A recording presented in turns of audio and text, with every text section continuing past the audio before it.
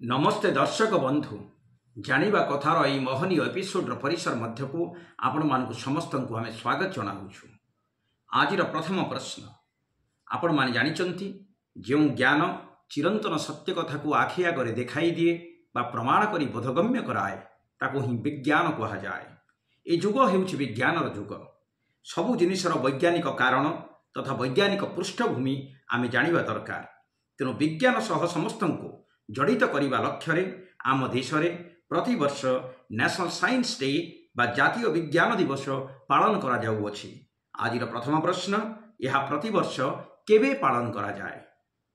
यार सठिक उत्तर हेउछि प्रतिवर्ष फेब्रुआरी मास 28 तारिख को जातीय विज्ञान दिवस भाव में पालन करा जाए।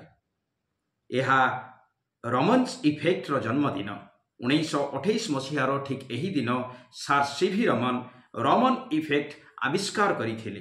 आलोक एक ट्रांसपेरेंट मटेरियल भीतर दे गति कला बेले किभली स्कैटर्ड होई थाए बा तार वेव लेंथ रे जो परिवर्तन आसी थाए ताहा सार सीवी रमन परीक्षा करी बुझाई देइथिले, जहा रमन इफेक्ट नाम रे परिचित अटे। वर्तमान आसंतु जीवा आज द्वितीय प्रश्न निकट को। वंदे मातरम ए ध्वनि किए देइथिले? वंदे मातरम ए ध्वनि थिला बंकिम चंद्र चटर्जींकर। तांकर सबुठारु चर्चित उपन्यास आनंद मठ जहाँ 1882 मसीहारे प्रकाशित होइथिला, सही उपन्यासर एक गीत हैला वंदे मातरम। बंगला प्रेसिडेंसी अंचल रे घटिथिबा सन्यासी विद्रोह पृष्ठभूमि उपरे बंकिम चंद्र तांकर एई ऐतिहासिक उपन्यास आनंद मठ रचना करिथिले। तेबे वंदे मातरम गीतटी परवर्ती समय रे भारतीय विप्लवी मानक पाई एक मंत्र भली कार्य करिथिला और समस्तंक पाई वंदे मातरम एक महाध्वनि रे परिणत होइथिला। एबे आसंतु जीवा आज तृतीय प्रश्न निकट को।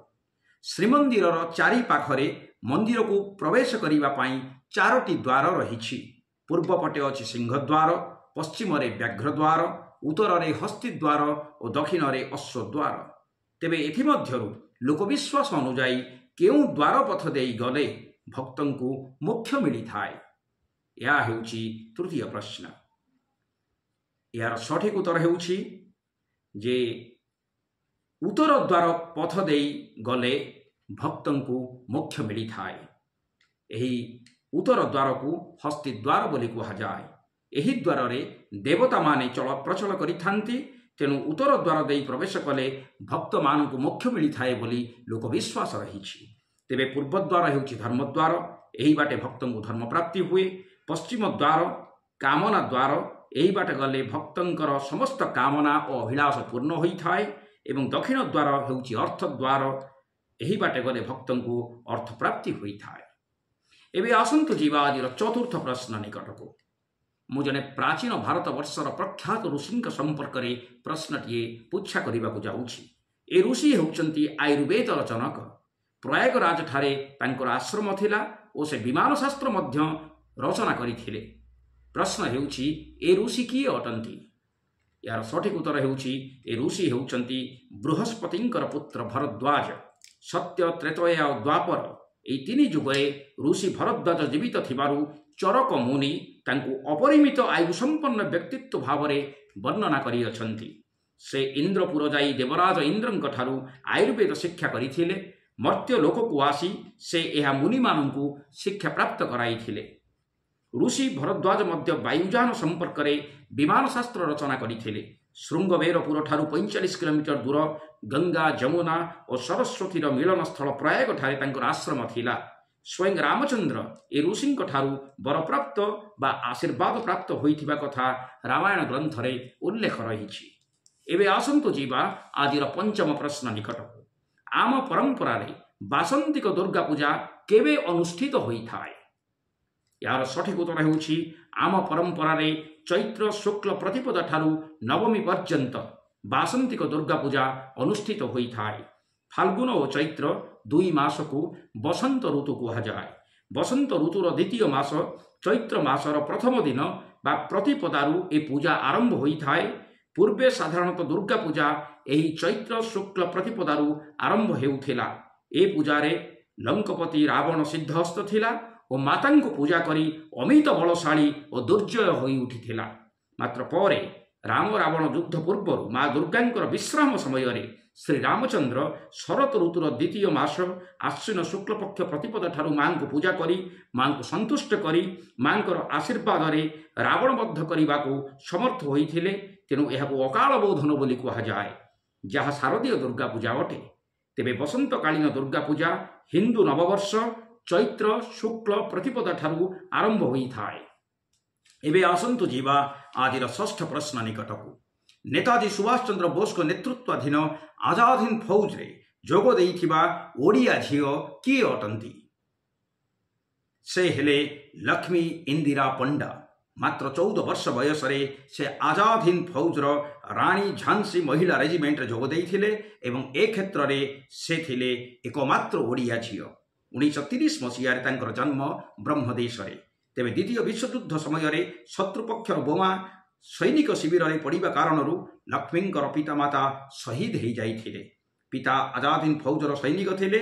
ପିତାମାତାଙ୍କ ମୃତ୍ୟୁର ପ୍ରତିଶୋଧ ନେବା ପାଇଁ ଲକ୍ଷ୍ମୀ ଆଜାଦ ହିନ୍ଦ ଫୌଜରେ ଯୋଗ ଦେଇଥିଲେ। ବୟସ ତାଙ୍କର କମ୍ ଥିବାରୁ ତାଙ୍କୁ ପ୍ରଥମେ ମନା କରାଯାଇଥିଲା।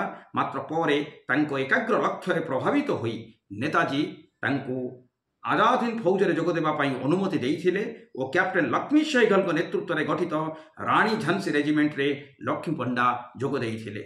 2008 ମସିହା ନଭେମ୍ବର ମାସରେ 78 ବର୍ଷ ବୟସରେ ଲକ୍ଷ୍ମୀ ପଣ୍ଡା ସ୍ୱର୍ଗାରୋହଣ କରିଥିଲେ। ବର୍ତ୍ତମାନ ଆସନ୍ତୁ ଯିବା ଆଜିର ସପ୍ତମ ପ୍ରଶ୍ନ ନିକଟକୁ। ପ୍ରଶ୍ନଟି ଏଇଭଳି ଯେ ଏଯାବତ୍ କେତେଜଣ ଓଡ଼ିଆ ସାରସ୍ୱତ ବ୍ୟକ୍ତିତ୍ୱ ଜ୍ଞାନପୀଠ ପୁରସ୍କାର ପାଇଅଛନ୍ତି? ଏହାର ସଠିକ୍ ଉତ୍ତର ହେଉଛି ଏଯାବତ୍ 4 ଜଣ ସାରସ୍ୱତ ଓଡ଼ିଆ ବ୍ୟକ୍ତିତ୍ୱ ଜ୍ଞାନପୀଠ ପୁରସ୍କାର ପାଇଅଛନ୍ତି।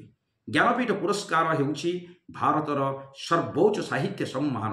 1973 ମସିହାରେ ମାଟି ମଟାଳ ଉପନ୍ୟାସ ପାଇଁ କଥାଶିଳ୍ପୀ ଗୋପୀନାଥ ମହାନ୍ତି ପ୍ରଥମ ଓଡ଼ିଆ ଭାବେ ଏ ସମ୍ମାନ ଲାଭ କରିଥିଲେ।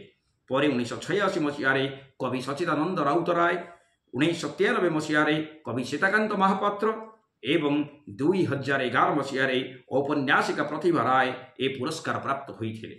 ଏବେ ଆସନ୍ତୁ ଯିବା ଆଜିର ଅଷ୍ଟମ ପ୍ରଶ୍ନ ତଥା ଶେଷ ପ୍ରଶ୍ନ ନିକଟକୁ।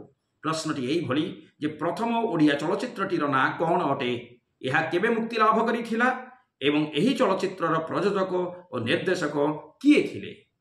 ଏହାର ସଠିକ୍ ଉତ୍ତର ହେଉଛି ପ୍ରଥମ ଓଡ଼ିଆ ଚଳଚ୍ଚିତ୍ରଟିର ନାଁ ହେଲା ସୀତା ବିବାହ। ଏହା ପୁରୀର ଲକ୍ଷ୍ମୀ ଟକିଜ୍ରେ 1936 ମସିହା ଅପ୍ରେଲ 28 ତାରିଖରେ ମୁକ୍ତି ଲାଭ କରିଥିଲା। ଏହି ଚଳଚ୍ଚିତ୍ରର ପ୍ରଯୋଜକ ଓ ନିର୍ଦ୍ଦେଶକ ଥିଲେ ମୋହନ ସୁନ୍ଦର ଦେବ ଗୋସ୍ୱାମୀ। ଚଳଚ୍ଚିତ୍ରଟି କାମପାଳ ମିଶ୍ରଙ୍କ ଦ୍ୱାରା ରଚିତ ଏକ ନାଟକର ଭିତ୍ତିଭୂମି ଉପରେ ପର୍ଯ୍ୟବେସିତ ଥିଲା। ମୋହନ ସୁନ୍ଦର ଦେବ ଗୋସ୍ୱାମୀ ମଧ୍ୟ ଏହି ଚଳଚ୍ଚିତ୍ରରେ ବିଶ୍ୱାମିତ୍ର ଭୂମିକାରେ ଅଭିନୟ କରିଥିଲେ। ଏହି 2 ଘଣ୍ଟିଆ ଚଳଚ୍ଚିତ୍ରରେ ଥିଲା 14ଟି ସଙ୍ଗୀତ ଓ 29ଟି ସିନ୍। ଚଳଚ୍ଚିତ୍ରର ମୋଟ ବଜେଟ୍ ଥିଲା ସେତେବେଳେ 29,781 ଟଙ୍କା 10 ଅଣା। ସୀତା ଭୂମିକାରେ ଅଭିନୟ କରିଥିବା ପ୍ରଭାବତୀ ଦେବୀ ସବୁଠାରୁ ଅଧିକ 150 ଟଙ୍କା ପାରିଶ୍ରମିକ ସେ ସମୟରେ ନେଇଥିଲେ। ସୁଧୀ ଦର୍ଶକ ବନ୍ଧୁ, ଆଜି ଆମ ହାତରେ ଥିବା ସମସ୍ତ ପ୍ରଶ୍ନର ଆଲୋଚନା ଆମେମାନେ କରିସାରିଛେ। ତେବେ ଆଜିର କାର୍ଯ୍ୟକ୍ରମ ଆପଣମାନଙ୍କୁ କିଭଳି ଲାଗିଲା ଦୟାକରି କମେଣ୍ଟ ବକ୍ସ ନିକଟକୁ ଆସି ଆମମାନଙ୍କୁ ଜ୍ଞାତ କରାଇବା ହେବେ ଏବଂ ନିବେଦନ କରିବୁ ମଝିରେ ମଝିରେ ଏଇଭଳି କିଛି ମହନୀୟ ଏପିସୋଡକୁ ଭେଟିବା ପାଇଁ ଦୟାକରି ୟୁଟ୍ୟୁବର ଚବନ ଭାଇନା ଚ୍ୟାନେଲକୁ ସବସ୍କ୍ରାଇବ୍ କରିବା ହେବେ। ଆଜି ପାଇଁ ବିଦାୟ ମାଗୁଛୁ। ବହୁତ ବହୁତ ଧନ୍ୟବାଦ ଆପଣମାନଙ୍କୁ।